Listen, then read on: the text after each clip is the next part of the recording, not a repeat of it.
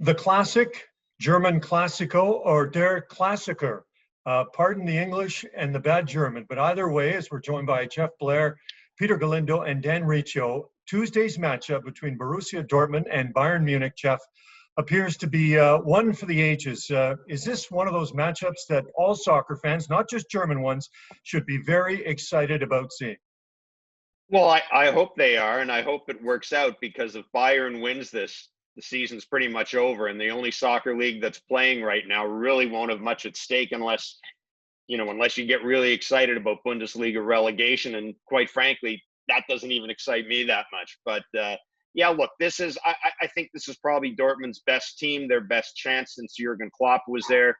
Both teams are in fine form. There are some injury concerns, but one thing Dortmund has this year they haven't had in the past is they have depth. They have an awful lot of depth. Some might say their depth is better than Bayern. So if injuries are a concern going into the match, I think Dortmund can probably figure out a way around it. I think Dortmund too, Jeff, has a better idea of what Hansi Flick wants to do, because the new Bayern manager, he came in, his first match with Bayern was against Dortmund, and Bayern won 4-0 that day. But they played a lot different than they had under Niko Kovac. That's when we really started to see the high intensity of Bayern, the pressing play, the high line. I feel like they were a bit duped in that first matchup, and they'll be a little bit more prepared this time around. But on the flip side, you do have Dortmund with the 3-4-3. They've had great success with it, especially in the new year. And I think it's going to cause a lot of problems for Bayern as well. I mean, both teams press very aggressively. It's going to be very much a tale of who will crack first. Well, it's also the tale of two strikers who are different in age, different in size, maybe somewhat different in style, but one thing they both do is score goals. Dan, what do you make of the matchup of these two premier strikers for Bayern and Dortmund? Well, they're two of the most, there's the only two guys playing right now, but they are the most on-form guys no matter what this season. They've both been incredible. And another 40-goal-plus season for Robert Lewandowski. I mean, even at 31, he's still playing at an incredible level. And he means so much to the way that Bayern play right now, and being that point of attack. We saw it in these first two matches coming back from the pause, how important he is. And if Mats Hummels isn't able to anchor that defense for Dortmund, it's really going to play a big factor how they're able to deal with his experience. And it's one thing that I think he still has the edge on over Erling Haaland. Yeah, I think watching what we saw this weekend, I've got to think Erling Haaland saw the way that Dortmund gave up a couple of goals on corners, and saw the way that when they did press high, there was a lot of room at the back. And I got to think that he watched that match, and he's probably licking his chops at this possibility. This is his first Klassiker. This is where reputations are made. And I think he probably came away from that match thinking that he might be able to find some joy on the pitch on Tuesday. 100%. I really do. 100%. And when you watch how Haaland likes to play, he likes to make those runs off the last shoulder of defenders. And with Bayern playing an incredibly high line, it's going to be a massive test for, you would assume to be, assuming he's fit, Jerome Boateng and David Alaba, as they try to kind of contain him. Because if Dortmund are able to get passes in between the lines and are able to get at the Bayern defense, then Haaland could be off to the races.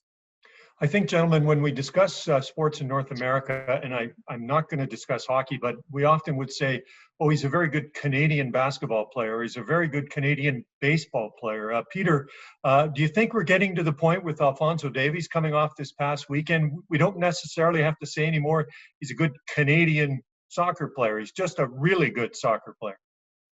Absolutely. He's probably been the best left back over the last probably 2-3 months based on form. And defensively, he's really made a lot of strides, 1-versus-1 especially. His anticipation has gotten a lot better. He's making timely interceptions and tackles. And I feel like him and one of his adversaries in this game, Achraf Hakimi, are going to be probably the two key players, because you look at how both of these teams build up. The majority of Dortmund's attack goes down the right where Achraf Hakimi plays, and Bayern, with Davies in form, have started to lean more on the left. So considering Davies is probably the more defensively astute of the two, it's probably going to come down to those two players and whether they can kind of exploit one another. So it should be a fantastic battle. Yeah, and I know go ahead, Dan. I was just going to say, Jeff, you made the point about this is where reputations are made. Davies didn't have a goal or an assist in the first matchup with Dortmund this year, but some argued he may have been the best player on the pitch. I think he had 7 total tackles that match and kept Jadon Sancho just completely in check, which we know pretty much nobody else has been able to do this year. So his development really shined in that match, and we've seen it continue throughout the course of the year. Yes, I think that the concern I would have here, and it's something Paul Stalteri mentioned on our show, Dan, is if Hakimi and Sancho are both on the pitch at the same time, and we do know that Sancho was only subbed in on the weekend, there is a sense that he still has some lingering injury. But if they're both out there at the same time, I think that's going to be the toughest test Alphonso Davies has had this year. And quite frankly, until you get into more Champions League play, whenever that is, it may be the toughest test he faces this year, because he's gotten Jadon Sancho, a guy who can, I wouldn't say can match him stride for stride, because Davies is unbelievably fast.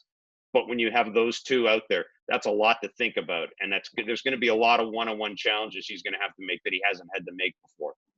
Well, let's start with Jeff, then Peter, then Dan. Now, what is your prediction either for the type of game we're going to see, or if you want to throw in a score, we'll take that as well. I'll start. I'm gonna go for the chaos angle here. I think this has got a 2-2 draw written all over it. So the league stays in balance or hangs in the balance for a while longer, and then I think it comes down to Dortmund and Leipzig as the game that'll decide where this goes. Again, that's just because I like chaos. Yeah, I'm kind of along the same lines as you, Jeff. But I'm maybe a little bit, I'm hoping I'm wrong, but I'm maybe going to be a little bit more conservative and say it's a 1-1 draw, just because I feel that the ball's going to change, well, not hands, but feet a lot of the time throughout the game. And it's going to be brought on by just the aggressive tactics from both teams. I genuinely hope I'm wrong. And it could end up being a very exciting draw, much like we saw between Leipzig and Bayern in February. Yeah, it's a high-intensity match. We know that much with the way that these two teams play, but I do feel Bayern has the edge. They've been so good under Hansi Flick, dropping points in just 3 matches since he has taken over in Bundesliga play. This is Bayern's game to win. I think they have their eye on the prize, that this pretty much wraps up the title for them, and they're going to be up for it.